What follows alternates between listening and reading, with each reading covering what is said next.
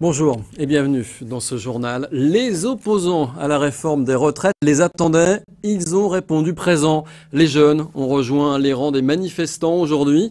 En Ile-de-France, 50 lycées se sont mobilisés et dans le Val d'Oise, des lycéens ont quitté les cours pour rejoindre les cortèges. La mobilisation des lycéens valdoisiens a pris tout le monde de court. 500 élèves des établissements de l'agglomération de Cergy-Pontoise ont manifesté ce mardi midi sous les fenêtres de la préfecture du Val d'Oise. Parmi les jeunes manifestants, Christophe Aubry a recueilli des réactions. Écoutez. Un cortège de 500 personnes pour donner le ton de la mobilisation contre la réforme des retraites. Cette fois, c'est officiel, les syndicats peuvent compter sur les lycéens. Au cœur de la protestation, on retrouve Nicolas Sarkozy. La manifestation parisienne d'aujourd'hui a donc été gonflée par ces lycéens valdoisiens. C'est le scénario que redoute le gouvernement. La jeunesse rejoint largement le mouvement et se dit prête à amplifier son action. Le gouvernement a annoncé en début septembre qu'ils avaient peur des lycéens et des étudiants, que ce serait peut-être un des seuls trucs qui pourrait faire changer le mouvement. Alors par solidarité, on s'associe aux ouvriers, à tous les salariés de France et on fait bouger le mouvement car nous aussi on est concernés. Et comme les gens le disent, c'est pas à 67 ans qu'on va avoir notre retraite et qu'on aura les problèmes de la retraite, c'est dès à la sortie de nos études. Donc on doit bouger tout de suite. Selon la Fidèle, deuxième organisation lycéenne, entre 30 et 40% des lycées du pays ont eu une action contre la réforme des retraites, allant de la simple distribution de tracts à la formation de cortèges spontanés pour aller manifester. Partout, c'est la même revendication, la crainte de travailler de plus en plus tard. Le problème causé par la réforme des retraites, c'est le manque d'emploi chez les jeunes. Si on fait travailler les gens plus longtemps, moins d'emplois vont se libérer. On sait qu'actuellement, il y a un jeune sur 5 qui est au chômage. Qu'est-ce que ça va donner quand la réforme va être appliquée? 2, 3, 4 jeunes sur 5 au chômage. Selon le ministère, 400 lycées de l'Hexagone se sont mobilisés contre la réforme des retraites. De leur côté, les syndicats parlent de 50 établissements bloqués en Ile-de-France. Ces derniers promettent de retourner dans la rue lors de la prochaine journée d'action, le 16 octobre. Gonesse y croit. La ville compte bien accueillir Roland Garros en 2016. Après sa visite en janvier dernier sur le site du Triangle de Gonesse, le président de la Fédération française de tennis a qualifié d'excellent le dossier. Il faut dire qu'il s'agit aujourd'hui d'agrandir et de moderniser le tournoi de tennis de la capitale. Il pourrait se délocaliser faute de place. Mais Paris n'a pas encore dit son dernier mot. Alors pour relancer la candidature de Gonesse, ce samedi, bien la ville donnait rendez-vous à ses habitants. Notre journaliste Johan Bensoussan s'est rendu sur place. Gonesse transformé en joueur de tennis pour remporter le match virtuel contre ses concurrents. L'image est symbolique et plutôt amusante, la réalité elle beaucoup plus compliquée. Opposé à Versailles et Marne-la-Vallée pour accueillir le prestigieux tournoi de Roland Garros en 2016, le principal challenger de Gonesse se nommerait finalement Paris, sur son site historique de la Porte d'Auteuil. Récemment, la municipalité de Paris vient de racheter des terrains en vue d'agrandir le Roland Garros actuel, un obstacle de plus que le maire de Gonesse aborde avec philosophie. Devant un peu la pression organisée par la FFT à travers l'idée de dire bon, on peut partir de Paris, ils ont réagi, c'est normal. Moi je ne suis pas choqué, je trouve que c'est tout à fait normal que Paris essaie de sauver le Roland Garros à la Porte d'Auteuil. Alors à partir de là, c'est à la FFT de dire si les propositions de Paris sont suffisantes pour permettre le développement du tennis de demain ou s'il faut faire le grand bond en avant qui consiste à venir ici sur plus de 20 hectares.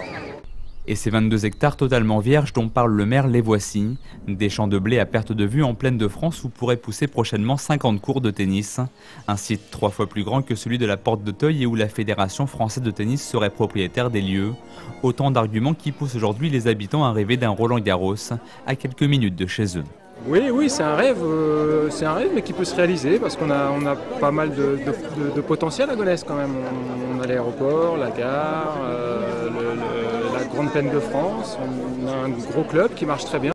Ça change l'image de toute une région, de tout un département, de tout le site, d'avoir un tournoi du Grand Chelem dans notre région évidemment, bien sûr, ça change tout. Après avoir atteint le dernier carré de la compétition, Gonesse est à 2 petits sets de la victoire. Un succès qui se jouera en 2 temps, l'examen du projet de Gonesse devant la fédération le 6 novembre, avant la décision finale en février 2011. En bref, les statues soviétiques découvertes à Bailly en France, exposées à Paris en ce moment. Depuis ce mardi précisément, ces pièces uniques trônent à la Cité de la Musique, où s'est ouverte l'exposition Lénine, Staline et la musique.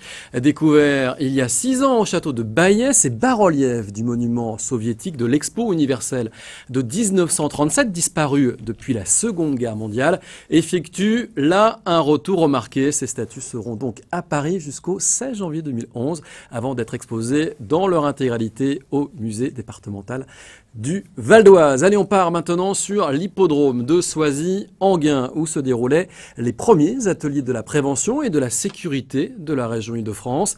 À l'origine de ces ateliers, la CAVAM et l'Association des maires d'Île-de-France. Et il a été question aujourd'hui de la place de plus en plus importante que prend le maire dans les questions de prévention des actes délinquants. Plus d'infos dans ce sujet signé Christophe Rigaud. La sécurité, un sujet de préoccupation majeure pour les élus d'Île-de-France.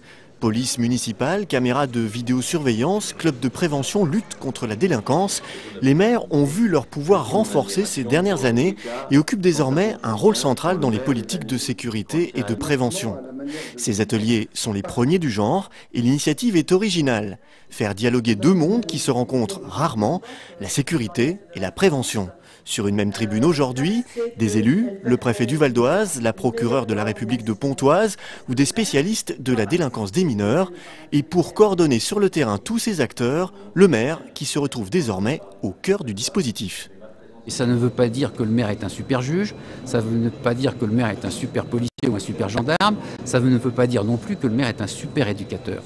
Mais ça veut dire que le maire doit être là pour s'assurer qu'il n'y a pas de maillon faible, que tout fonctionne et surtout que le travail est coordonné. Et son rôle est d'assurer la coordination, de faire en sorte que la coordination soit bien là, que les policiers parlent aux éducateurs de rue, que la justice parle aux policiers et que le maire soit un peu le lien entre tous ces acteurs de la sécurité et de la tranquillité publique.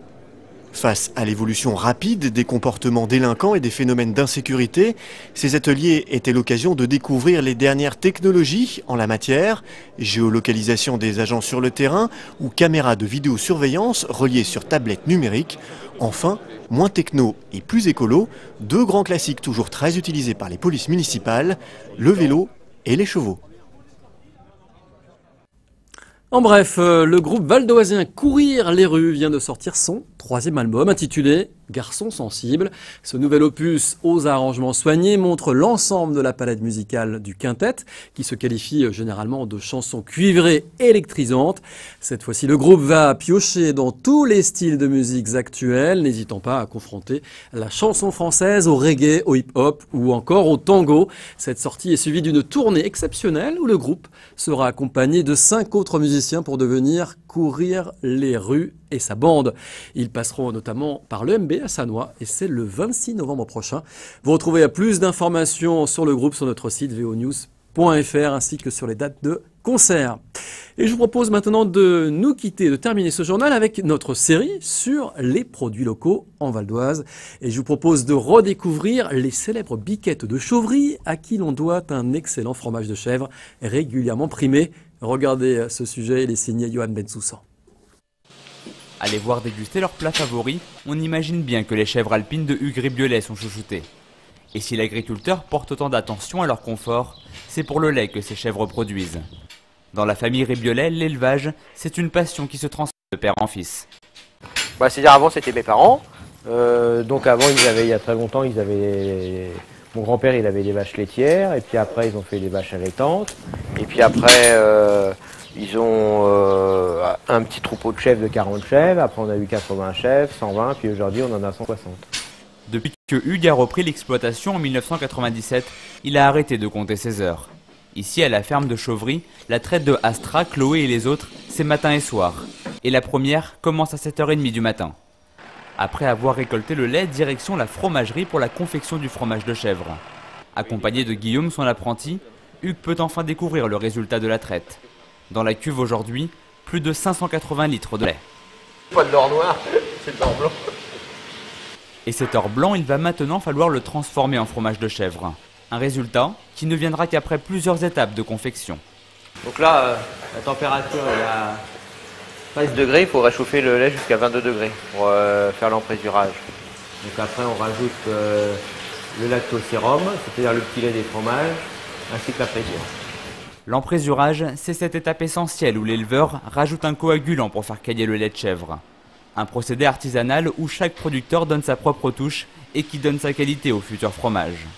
Donc là c'est du lait caillé, c'est-à-dire qu'il est devenu en fromage blanc au bout de 24 heures. Et donc maintenant on le moule, voilà. Donc on met le fromage blanc dans des moules et 24 heures après on les démoulera. Voilà le matin. Après avoir été démoulés, salés et enfin séchés, tous les crottins de chèvre se retrouvent dans ce coffre au trésor pour l'affinage. Gardés à une température de 9 degrés Celsius, les milliers de fromages entreposés ici vont mûrir durant 1 à 5 semaines, selon le goût souhaité. Voilà, alors il y a tous les stades, il y a les frais, les crémeux, les demi-secs et puis les secs. Pour faire découvrir et valoriser la production caprine francilienne, Hugri Biolay a choisi de vendre directement ses fromages aux visiteurs. Une vente de proximité qui sera bientôt plus importante avec l'agrandissement de son magasin. Et pour profiter de ces fromages, pas besoin d'attendre l'ouverture du magasin. Un distributeur de fromage de chèvre est là pour répondre à toutes vos envies gourmandes. Et depuis ce tournage, eh bien, ce magasin existe et il est ouvert toute la journée jusqu'à 19h. Donc à Chauvry, la ferme des Biquettes.